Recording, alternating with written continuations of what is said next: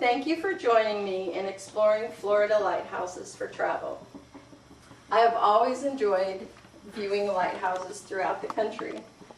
My first lighthouse that I ever experienced viewing, in the state of Washington, was at Deception Pass.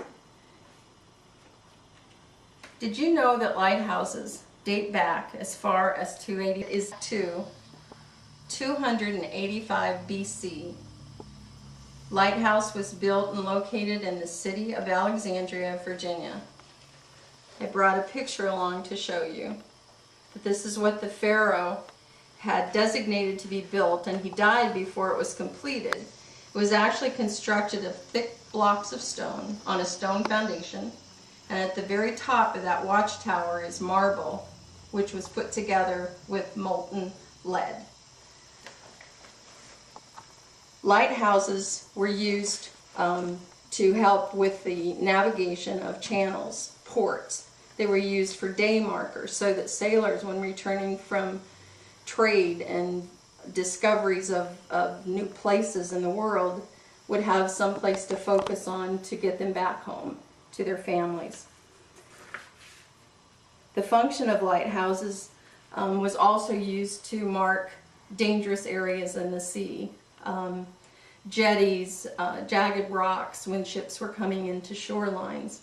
So lighthouses have been around for a long time. Some of the more popular lighthouses throughout the country, it would be probably a good idea to tell you that we have over 12,000 lighthouses in the world, which was just updated February 22nd of 2010.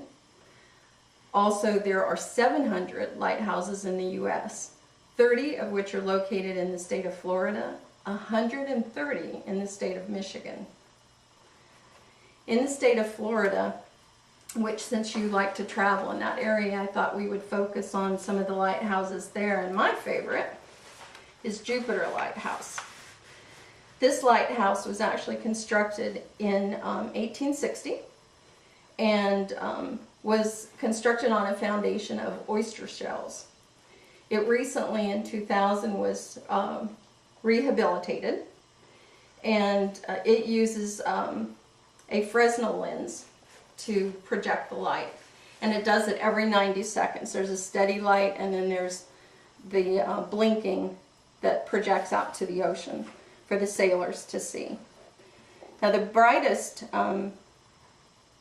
lighthouse in the world is actually a French lighthouse, which is located on the English Channel. And in New Cape Point in South Africa is one that can be seen 24 nautical miles out to sea, which is a great distance as well. Cape Hatteras is actually the tallest in the United States, according to uslighthouses.com. The oldest lighthouse working in the United States is located in New Jersey, which is not far from where I used to live, called Sandy Hook, which I've had the pleasure of visiting as well. Now, the oldest non-working lighthouse in the United States is located in Boston. It is the Boston Lighthouse, and it's located on Little Brewster Island. Now, in Florida, Hillsborough Inlet has a lighthouse that projects 25 miles out to sea.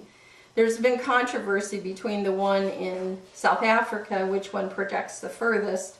One claims to be nautical miles, the other in regular miles. But the one in Hillsborough Inlet was built in 1907. According to website www.unc.edu,